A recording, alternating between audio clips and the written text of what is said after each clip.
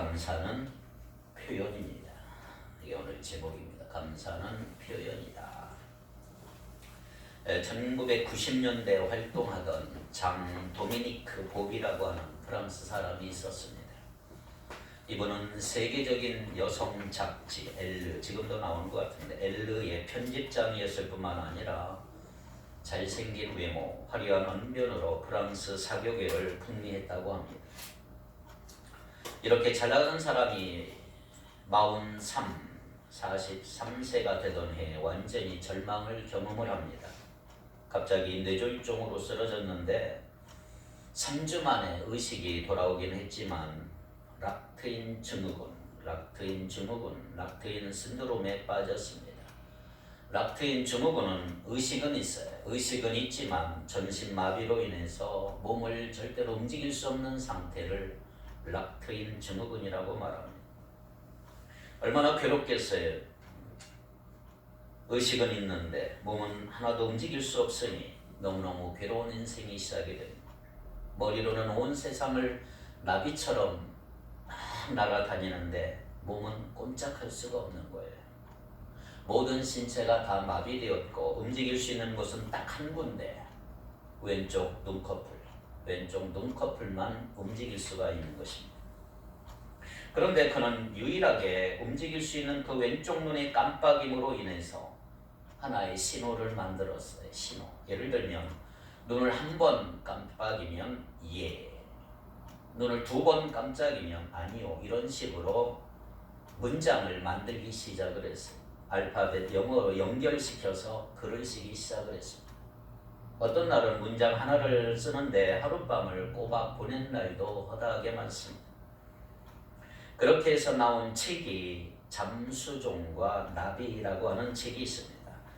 여러분 한번 꼭 사서 읽어보시길 바랍니다. 저도 오늘 신청을 했는데 아직 도착이 안 돼. 어제까지 오기로 했는데 잠수종과 나비. 잠수종이란 말은 물속으로 내려가는 일종의 엘리베이터. 그 안에 들어가면 꼼짝없이 가만히 있어야 돼요.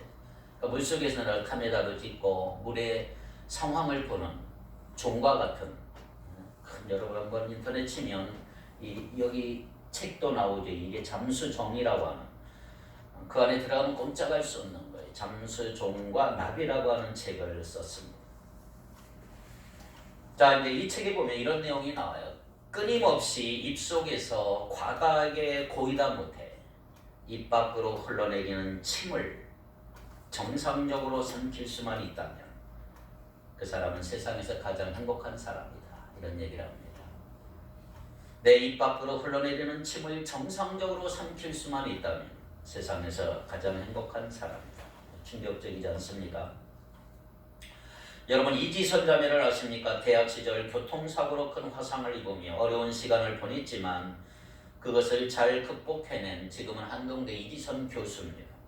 그녀는 그 과정을 통과하면서 너무나 감동적인 장면을 우리에게 많이 보여줬습니다.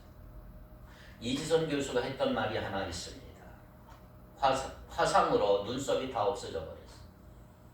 근데 눈썹이 사라지고 나니까 하나님의 솜씨 눈썹이 정말 대단한 역할을 한 것이라는 것을 깨닫게 됐습니다. 여러분 머리에 땀이 흐르면 눈으로 들어가지 않고 눈썹이 있기 때문에 옆으로 흐르도록 빗물바지 역할을 하는 것이 눈썹이라는 거죠. 그러니까 눈썹을 잃어버리고 나니까, 화상으로 다 없어지고 나니까 땀이 자꾸 눈으로 들어온 것이 너무 불편하다고 그런 얘기를 했습니다.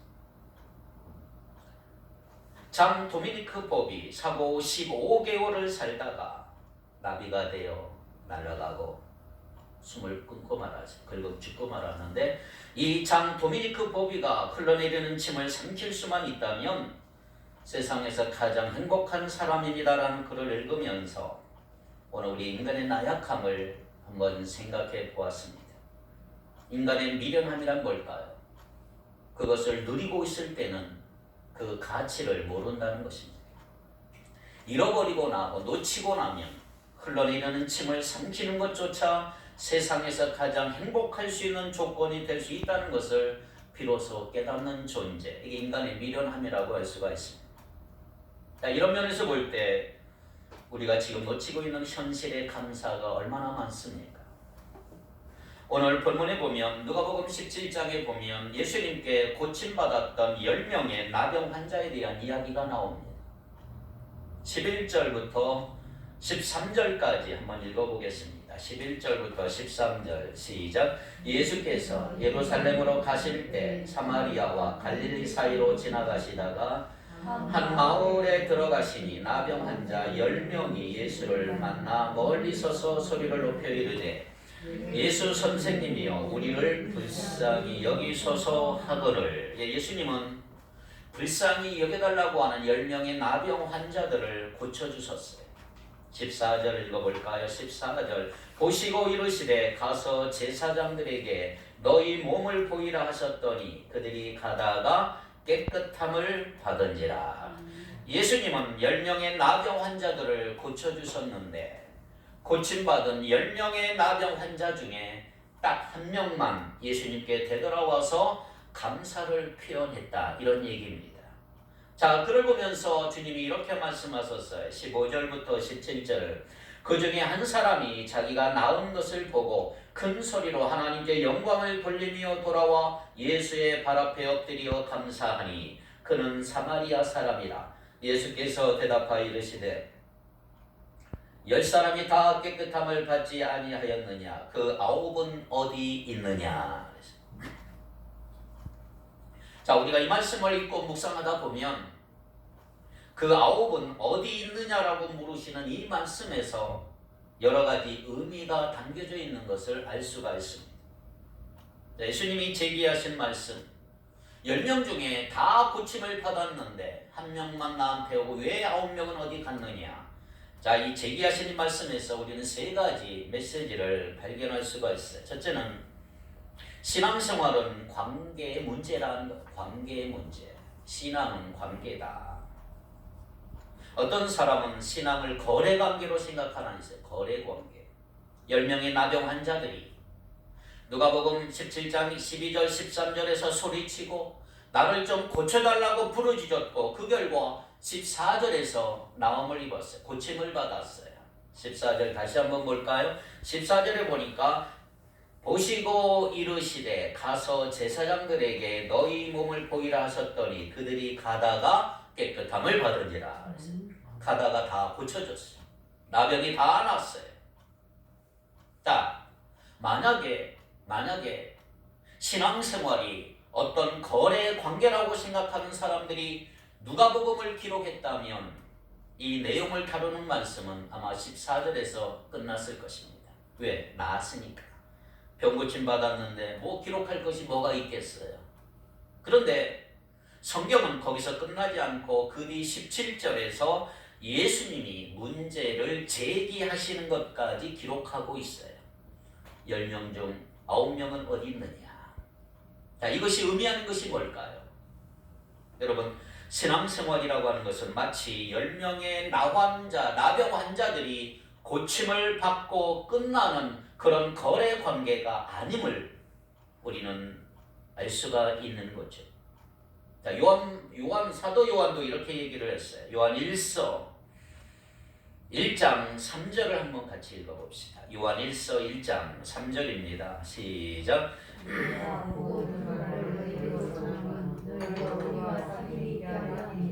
우리의 사귐은 아버지와 그의 아들 예수 그리스도와 더불어 누림이라. 자, 우리와 사귐이 있게 하려니 우리의 사귐은 아버지와 그의 아들 예수 그리스도와 더불어 누림이라. 사귐, 교제. 자, 우리의 신앙생활은 내가 병들었어요. 하나님 앞에 기도했어요. 고쳐주셨어요. 이렇게 끝나는 거래관계가 아니라 이 말이에요. 신앙은 하나님과의 사귐의 관계, 교제의 관계고 그로 인해서 너와 나와의 관계 회복인 줄 믿습니다. 그것이 오늘 본문이 전하는 메시지의 내용이에요. 이런 사실을 잘 알기 때문에 우리 모두는 하나님과의 관계 회복을 위해서 기도하셔야 합니다. 하나님과의 관계 회복이 내가 목회하는 축복교회 성도들과의 관계 회복에 영향을 미치기를 기도합니다. 하나님과의 관계 회복. 단지 병이 나은 것이 중요한 게 아니고 계속해서 하나님과의 교제를 사귐을 누리고 너와 관계의 회복을 위해서 주님과 가까워지는 여러분 되기를 바랍니다. 설교도 마찬가지. 저는 설교를 준비할 때마다 하나님이 내게 주신 십자가 사랑에 대한 감격의 힘으로 저는 준비하기를 원합니다. 나는 복음의 능력이 나타나는 그런 설교를 하고 싶은 욕심이 있습니다. 강단에서 능력의 말씀이 선포되어야 한 주 내내 세상 속에서 시달리면서 받았던 성도들의 상처가 치유될 수가 있기 때문입니다. 그래서 저는 기도합니다. 하나님, 엿새 동안 세상에서 힘들게 사는 성도들이 많은데 못된 사람, 때때로 힘든 상황을 만나서 마음 상하고 자존심이 무너져 울고 싶은 성도들도 있을 텐데 오늘 제가 하나님이 주시는 영감으로 설교를 잘 준비해서 주일날 그들이 세상에서 받을 상처를 치유하는데 이 말씀이 도구로 쓰임받기를 원합니다. 성도들의 아픔이 복음으로 치유받는데 나의 설교를 사용하기를 원한다. 신학교 때 설교와 교수가 설교 잘한다고 100점 주는 설교도 귀하지만 그러나 그것보다 여러분 삶의 현장에서 받았던 상처가 치유가 되고 용기를 잃어버린 성도가 복음으로 다시 용기를 되찾는 일, 거기에 내 설교가 쓰임을 받는다면 무엇을 더 바랄 수 있을까요? 그걸 위해 기도하시길 바랍니다. 오늘 우리 축복교회가 거래관계로 맺어진 공동체가 아니고 십자가 사랑으로 맺어진 관계 공동체이기를 기도합니다. 두 번째, 예수님의 문제 제기에서 얻을 수 있는 교훈은 뭐냐 하면 감사는 표현이라는 사실. 감사는 뭐다? 표현입니다. 잊지 마세요. 감사는 표현입니다. 자, 예수님께로 되돌아가서 감사를 표현하지 않는 9사람을 한번 생각해 보세요. 한 사람만 오고 9사람은 왜 안 왔을까? 그들이 예수님을 찾아가지 않았다 뿐이지 그들도 마음으로 고마워했는지 어떻게 합니까? 혹시 그들이 내성적인 성격이어서 쑥스러워서 감사를 표현하지 못했을 수도 있지 않았을까? 자, 이런 상상을 하면서 오늘 본문을 읽어보면 이 말씀에 감사의 속성이 가진 아주 중요한 포인트를 아주 강조하는 그 말씀을 발견합니다. 자, 무슨 말이냐면, 자, 만일 감사를 마음으로만 해도 된다고 한다면 예수님을 찾아와 감사를 표한 그 한 명의 나병 환자에게 예수님은 이렇게 말씀하셨을 거예요. 야, 너 뭐하러 왔느냐? 공연한 짓을 했다. 나머지 9명처럼 마음으로 감사하면 되느니라. 아마 그렇게 얘기하지 않았을까. 그런데 뭐라고 그래요? 성경에 예수님은 나머지 9은 어디 있느냐? 왜 너만 왔느냐? 마음으로 감사를 했는지 여부는 중요하지 않고 감사는 표현하는 것까지 이루어져야 완성이다. 오늘날 우리가 대부분 놓치는 것이 바로 이 부분이에요. 약한 점이 이 부분이에요. 부부간에 부모님에게, 스승에게, 자녀에게, 친구에게, 어느 날 고마운 사람에게 우리는 마음으로만이 아니라 실제로 입술로 표현하는 것까지 가야 온전한 감사가 된다는 사실을 결코 잊지 않기를 바랍니다. 어떤 목사님이 미국에 갔을 때 경험한 이야기를 책으로 냈는데 앞에 가던 사람이 큰 건물에 들어가면서 문을 열고는 가지 않고 문을 열고 기다리는 거예요. 근데 자기 목사님은 한 5m쯤 뒤에 가고 있는데 지나가라고 문을 미리 열어놓고 딱 기다리고 있어요. 빨리 가시라고. 근데 너무 감동을 받은 거예요. 목사님은. 야, 내가 유학 마치고 한국에 가면 나도 저렇게 해야지. 한국에 돌아와서 실천을 합니다. 그런데 뒤에 오는 사람을 문을 열어줬더니 이상한 사람처럼 쳐다보고 가더라는 거예요. 우리 한국에서. 민망해서 더 이상 그렇게 못했다는 거예요. 오늘 우리가 호의를 베풀지 않은 것도 나쁜 태도지만 호의를 베풀 때 그것을 감사함으로 받지 못하는 것도 나쁜 태도라고 할 수가 있습니다. 미국의 노스캐롤라이나 대학교 연구진이 65쌍, 65쌍의 부부를 두 그룹으로 나눠서 관찰하는 시험을 했어요.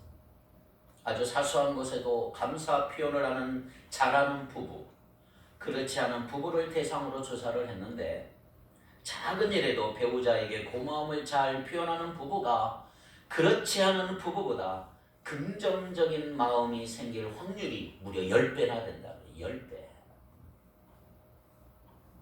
여러분 어느 부부가 되고 어느 성도가 되기를 원하나요? 잠언 18장 21절을 한번 볼까요? 잠언 18장 21절 죽고 사는 것이 뭐에 있어요? 혀의 힘에 달렸나니 혀를 쓰기 좋아하는 자는 혀의 열매를 먹으니라. 죽고 사는 것이 혀의 힘에 달렸나니 혀를 쓰기 좋아하는 자는 혀의 열매를 먹으리라. 혀를 쓰기 좋아하는 자는 그 결과물인 혀의 열매를 먹는다고 한다면 나는 지금 어떤 열매를 맺고 있는가 한번 생각해 보아야 할 문제라 이 말이지요. 그렇습니다. 감사는 표현입니다. 표현. 감사는 표현입니다.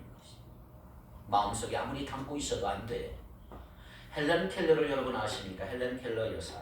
헬렌 켈러 여사는 듣지도 못하고 보지도 못하고 말하지도 못한 삼중고의 어려움을 겪었던 여인이죠. 그런데 미국의 타임지가 선정한 20세기 가장 영향력 있는 인물 100인 안에 들어간 여인입니다. 정말 멋지고 영향력 있는 삶을 살았던 사람이에요. 어떻게 듣지도 못하고 보지도 못하고 말하지도 못하는 여인이 전 세계에 영향력을 줄 수 있었을까? 어떻게 100명 안에 들어갈 수가 있었을까? 장애로 인해 제한된 삶을 살았던 여인이 어떻게 이런 영향력을 주며 살 수가 있었을까? 헬렌 켈러가 했던 말 한마디에 그 답을 찾을 수가 있어요. 듣지도 못했고 보지도 못했고 말하지 못했던 여인이 한 말을 잘 들어보십시오. 나에게는 너무 많은 것이 주어졌다. 그렇기 때문에 나에게 어떤 것들이 없는지 생각하며 머뭇거릴 시간이 없다. 그런 말을 했어요. 듣지도 못하고 보지도 못하고 말하지도 못했던 이 여인, 너무 많이 받았다. 나에게 없는 것, 그거 머뭇거릴 시간이 없다. 감동적이지 않아요? 그토록 여러 장애가 겹쳐서 불편한 삶을 살아야 했던, 삼중고를 겪어야 했던 헬렌 켈러가 이토록 영향력 있는 삶을 살 수 있던 비결, 이 한마디 속에 고스란히 담겨져 있는 거죠. 나에게 없는 것들에 대해 불평할 시간이 없다는 거죠. 그렇다면 여러분, 우리는 어떻습니까? 하나님이 주신 만 가지를 두고 안 주신 한 가지를 찾아내는데 우리는 선수들 아닌가요? 갖지 못한 그 한 가지 때문에 받았던 만 가지에 대해서 생각할 겨를조차 없는 우리들. 갖지 못한 것에 집중하느라 바로 그건 하나의 인생의 걸림돌이 되어서 내 인생의 진도가 멈춰져 있는 것은 아닌가. 헬렌 켈러와 불평 많은 사람의 차이는 뭐냐면 주신 내용물의 차이가 아니고 그 차이는 감사 태도 여부라고 하는 거지. 감사 태도. 여러분 감사를 표현하며 사시기를 바랍니다. 감사는 표현인 것입니다. 세 번째, 예수님의 문제 제기에서 얻을 수 있는 교훈이 하나가 더 있는데 뭐냐면 감사는 더 큰 감사를 불러온다는 거지요. 감사는 뭘 불러와요? 더 큰 감사를 불러오게 돼 있어요. 이런 말 들어봤어요? 여러분, 감사에는 문이 있어요. 감사하는 문이 있어서 감사하면 문이 열리고 길이 열린다. 감사하면 문이 열리고 길이 열린대. 오늘 본문의 이야기가 바로 그 얘기예요. 10명의 나병 환자가 다 고침을 받았어요. 9명은 감사를 안 했고 1명만 감사를 했어요. 그런데 감사한 한 사람에게 어떤 길이 열렸는지 볼까요? 19절이에요. 오늘 본문 17장 19절 시작. 그에게 이르시되 일어나 가라. 내 믿음이 너를 구원하였느니라 하시더라. 육신의 질병을 고쳐주신 것이 일의 감사라면 영혼이 구원받은 거 만의 감사인 줄 믿습니다. 나병 환자가 육신의 병을 고침받아 좋아서 죽을 것 같지만 어차피 살다가 죽을 거예요. 그러니 육신의 병을 고침받은 게 일이라면 나병 환자가 감사함으로 주님께 받았던 그 선포, 내 믿음이 너를 구원하였느니라. 이 선포는 정말 가슴 터질 것 같은 비교할 수 없는 더 큰 감사의 제목이 되었더라 이 말이죠. 그렇습니다. 감사의 고백을 통해서 우리가 또 다른 더 큰 감사의 제목을 얻을 수 있었다면, 그래서 감사는 더 큰 감사를 불러온다. 우리가 감사의 폭을 넓히는지 얼마나 중요한가, 감사의 폭을 넓히는 것이 얼마나 중요한가를 잘 표현한 찬송이 오늘 우리가 설교 전에 불렀던 찬송이 429장입니다. 세상 모든 풍파 너를 흔들어 약한 마음 낙심하게 될 때 내려주신 주의 복을 세어보아라. 크신 주의 크신 복을 세어보아라. 네가 알리라. 가사 내용을 보면 어때? 지금 상황은 어떤가요? 세상 풍파에 시달려 낙심하게 됐다는 말이에요. 친정 엄마가 병원에 갔더니 갑자기 암이래요. 오후에 남편에게 전화가 왔는데 실직당하게 됐대. 그때 어떻게 해야 되느냐? 세상 풍파가 나를 막 흔들어댈 때 우리의 본능, 우리의 낙심은 그로 인해서 원망과 불평을 말할 수 있겠지만, 그러나 의지적으로 그동안 주님 주신 복을 세워보아라. 내가 얼마나 많은 복을 받았는지, 하나님이 나에게 이제까지 얼마나 많은 복을 받아서 내가 누렸는지 그걸 한번 세워보아라. 2절도 마찬가지. 세상 근심 걱정 너를 누르고 십자가를 등에 지고 나갈 때 주가 내게 주신 복을 세워라. 두려움 없이 항상 찬송하리라. 사명이 너무 무거워서 내 마음이 무거워질 때, 무너질 때, 아이는 속썩이고 가정은 힘이 들 때 내가 뭘 해야 하는가? 그동안 우리에게 주신 복을 세워보아라. 그 복을 세워볼 때 사명이 회복되는 것입니다. 후렴구에 이래서 반복하는 후렴구에 받은 복을 세워보아라. 크신 복을 내가 알리라. 받은 복을 세워보아라. 주의 크신 복을 내가 알리라. 할렐루야. 감사는 더 큰 감사를 불러온다는 사실을 기억하시기를 바랍니다. 그동안 주신 복 세워보시기 바래요. 헬렌 켈러처럼 장애 때문에 불편한 것에 집중하지 말고 이미 주어진 많은 복 한번 세워보시기를 바랍니다. 그래서 우리의 삶이 감사로 풍성한 삶이 되시기를 주님의 이름으로 축복합니다. 한 걸음 더 나아가 우리가 감사가 넘치기를 위해 요구되는 가장 중요한 전제가 하나 있는데, 그게 뭐냐면 예수 그리스도의 말씀이 우리 속에 풍성히 거하는 것입니다. 말씀을 가까이 하시기 바랍니다. 성경을 통독하는 일 게으리하지 마시고, 때로는 성경을 필사하는 정성도 필요하고 성경 암송도 더 없는 좋은 도구라고 할 수가 있겠습니다. 우리의 목표는 우리의 내면에 예수 그리스도의 말씀이 풍성히 거하는 것입니다. 그리고 그 말씀을 가지고 자녀들을 권면하고 공동체에서 말씀을 나누다 보면 그 가운데 우리 삶 속에 감사가 넘치게 될 줄 믿습니다.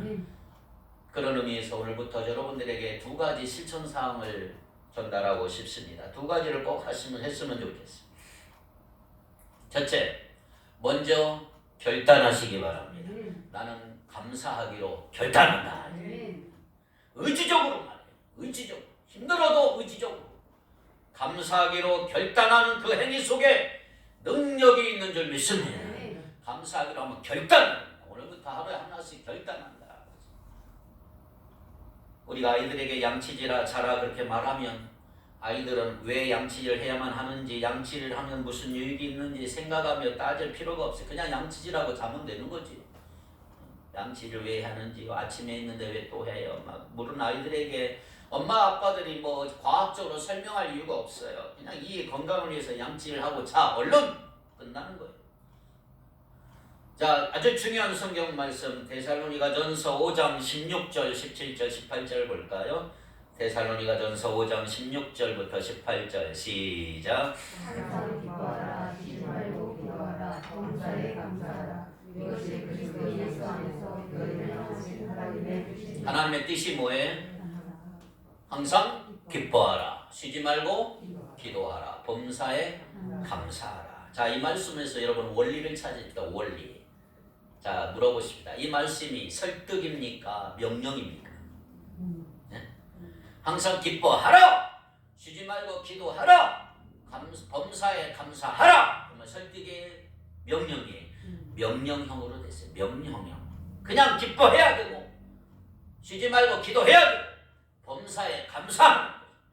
감사할 이유 따지고 분석하는 거 필요하겠지만 여러분 때로는 군인이 명령에 순종하듯 단순한 마음으로 감사의 삶을 결단하는 여러분 되기를 바랍니다. 그러면 그 결단 속에 감사할 수 있는 힘을 주시고 능력이 있고 이거 생기는 것을 경험하게 되는 거죠. 따지지 말고 감사하는 말이에요. 감사하기로 결단해 보세요. 순종함으로 이론과 논리를 뛰어넘는 감사의 삶을 사시기를 바랍니다. 어떤 사람이 이렇게 얘기해요. 이 어려운 시대에 감사할 게 어디 있나요? 여러분 과연 감사할 게 없을까요? 어떤 사람이 이런 얘기했어요. 참기름 짜듯이 쥐어짜와라. 생각지도 못한 감사한 일들이 막 떠오른다.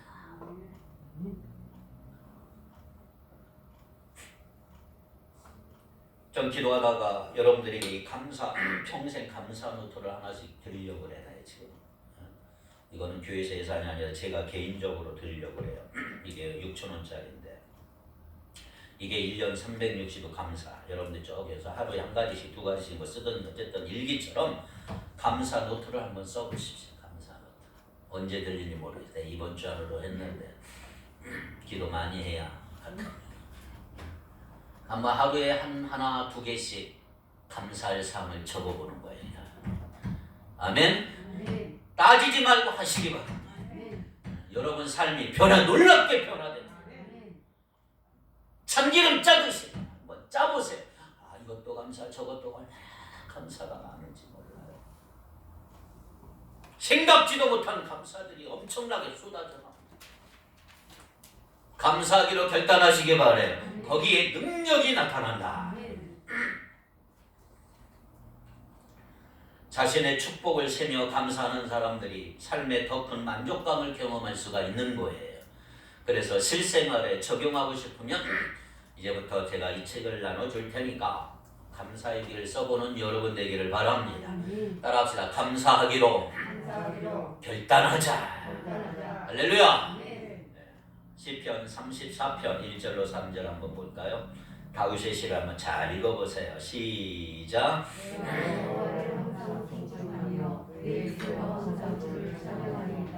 내 영혼이 여호와를 사랑하니 무고한 자들이 이를 듣고 기뻐하리라.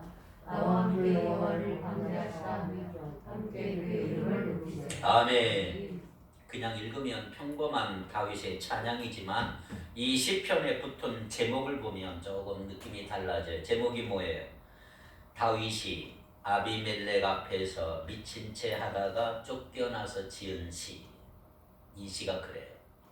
사울왕이 다윗을 죽이려 죽어라 쫓아다니니 다윗은 도망가다 너무 다급한 마음에 적진으로 뛰어들어갔어요. 적군의 왕 앞에서 목숨을 부지하겠다고 침을 질질 흘리면서 미친 사람 행세를 해서 겨우 목숨을 건진 상황 속에 쓴 시예요. 시. 남자들은 자존심 무너지면 다 무너지게 돼 있어요. 이런 점에서 다윗은 지금 자존심이 다 무너져 모든 것이 무너진 상황이에요. 구차하게 목숨 부지하겠다고 적 앞에서 침을 질질 흘리는 수치스러운 일을 경험했어요. 그런데 그런 순간 어떻게 이런 감사와 찬양이 넘치는 시를 쓸 수가 있었을까? 1절이 답이에요. 1절 다시 봅니다. 내가 여호와를 항상 송축하며 내 입술로 항상 주를 찬양하리라. 항상 송축하며 항상 주를 찬양하리라. 다윗이 비참한 상황 속에서도 감사와 찬양을 드릴 수 있었던 것은 그렇게 하기로 결단했기 때문입니다. 어떤 상황 속에서도 감사와 찬양을 잃어버리지 않겠다고 결단하고 선포했기 때문에 그렇게 수치스러운 자리에 빠져 죽고 싶은 상황에서도 다윗은 감사할 수 있었던 거죠. 감사와 결단이 중요한 이유가 바로 이것이에요. 시편 44편 8절을 볼까요? 시편 44편 8절 우리가 종일 하나님을 자랑하였나이다. 우리는 하나님의 이름에 영원히 감사하리라. 아름다운 고백이죠. 우리도 어떤 상황에서도 하나님께 감사하고 찬양하겠노라 결단하시기를 바랍니다. 거기에 능력이 있으면. 둘째로 두 번째 실천은 감사 습관을 만들기를 바랍니다. 감사의 습관이 돼야죠. 자, 다시 한번 읽으세요. 데살로니가전서 5장 16절부터 18절 항상 기뻐하라 쉬지 말고 기도하라 범사에 감사하라 이것이 그리스도 예수 안에서 너희를 향하신 하나님의 뜻이니라. 유진 피터슨 목사님이 지은 메시지라고 하는 성경에 보면 이렇게 의역이 돼 있어요. 이 의역이 더 멋있어요. 무슨 일이든지 기뻐하십시오. 항상 기도하십시오. 무슨 일이든지 항상 하나님께 감사하십시오. 이것이야말로 하나님께서 그리스도 예수 안에 있는 여러분에게 바라시는 생활 방식입니다. 여러분, 감사는 결단만 한다고 되는 게 아니고 습관을 만들어야 돼. 습관.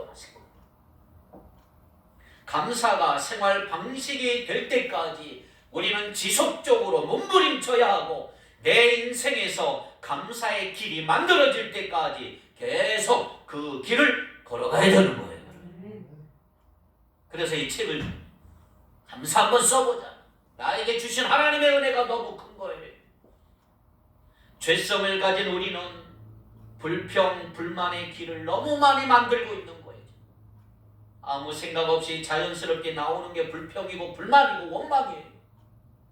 하지만 이것은 하나님 바라시는 생활 방식이 아니에요. 우리가 변화받은 그리스도인이라면 반드시 감사의 길을 만들어야 하고 습관적으로 감사를 만들어내는 여러분 되기를 바랍니다.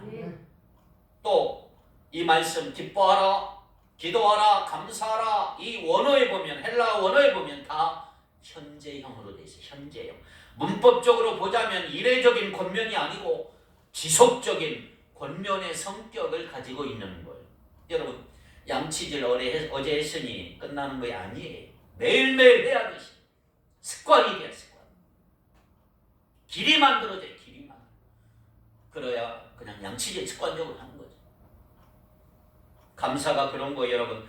불평, 불만의 길이 온 나라를 뒤덮고 있는 이 코로나 이 상황 속에서 오늘 우리는 감사를 결단하고 감사의 길을 만들기 위해서 감사의 습관을 만들기 위해 노력하는 저와 여러분 되기를 바랍니다. 햄버거 좋아하세요? 버거킹이라고 하는 햄버거의 전략을 잠시 소개를 합니다. 버거킹 저는 별로 안 먹지만 이 버거킹의 놀라운 판매 전략이 하나 있어요. 그게 뭐냐 하면 한 달에 $5만 내면 한 달 내내 모닝 커피를 마실 수 있게 만들어 놨어.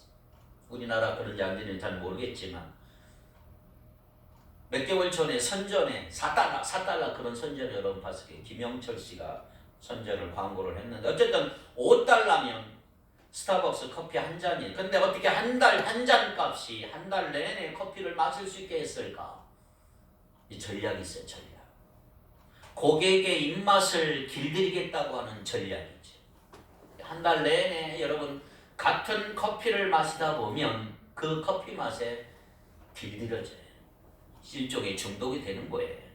아, 버거킹 커피가 제일 맛있구나. 한 달 내내 먹으니까 이런 점에서 차원 높은 판매 전략이라고 할 수가 있는 것입니다. 그렇습니다. 여러분, 오늘날 우리는 불평, 불만에 젖어 있고 맛이 다 들어있는 거예요. 불평하거나 뒷담화하는 일은 잘 닦여져 있고 왠지 술술술 나오는 거예요. 그게 습관이 되어버렸어. 그런데 여러분, 누구를 칭찬하고 감사하는 것은 얼마나 어색한지.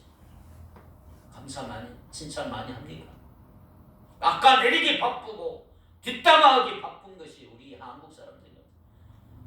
그러므로 이제부터 우리는 감사의 길을 만들어야 된단 말이에요. 감사의 길. 감사가 내 삶의 생활 방식이 될 때까지 포기하지 말고 감사를 추구하고 그렇게 감사의 길을 만들어가는 여러분 되기를 바랍니다.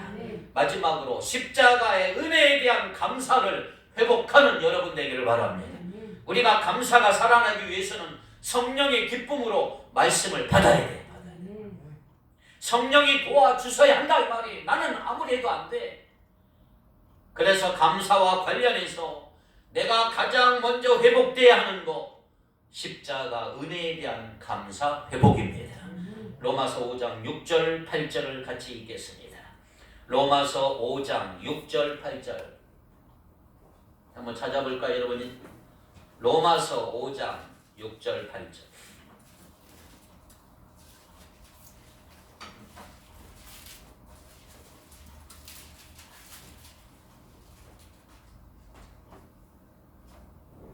로마서 5장 6절과 8절 한번 다 같이 읽어봅니다. 시작. 우리가 예전에 약대로 그리스도께서 강권하지 않은 자를 위하여 죽으셨도다. 우리가 아직 죄인 되었을 때에 그리스도께서 우리를 위하여 죽으심으로 하나님께서 우리에 대한 자기의 사랑을 확증하셨느니라. 아멘. 십자가 사랑에 대한 감사와 감격이 여러분에게 회복이 되면 나머지는 그냥 따라오는 거다. 하나님을 향한 감사, 나를 구원하신 은혜에 대한 기쁨은 놀라운 역사를 만들어내는 거예요. 감사는 기적입니다. 오늘 우리의 가정과 삶이 죽은 고목 같을지라도 여러분 감사로 인해서 새로운 꽃이 피는 놀라운 역사가 시작되리라 믿습니다. 기도합시다. 거룩하신 하나님, 불평과 불만 많은 원망 많은 이 세상 감사를 표현하며 살아가기를 원합니다. 하나님과의 관계가 회복되게 하시고 복음의 능력이 나타나고 십자가 사랑에 대한 감격의 힘으로 살아가는 우리 축복교회 성도들 되게 하여 주옵소서.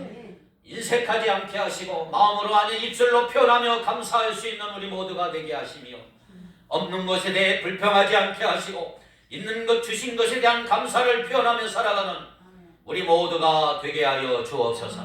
감사는 더 큰 감사를 가져온다는 사실을 깨닫게 하시고 우리의 삶이 감사로 풍성한 삶이 되게 하시며 감사를 결단하게 하시고 감사의 습관을 만들어 길을 만드는 우리 모두가 되도록 인도하여 주옵소서. 감사하며 예수님의 이름으로 기도하옵나이다. 아멘.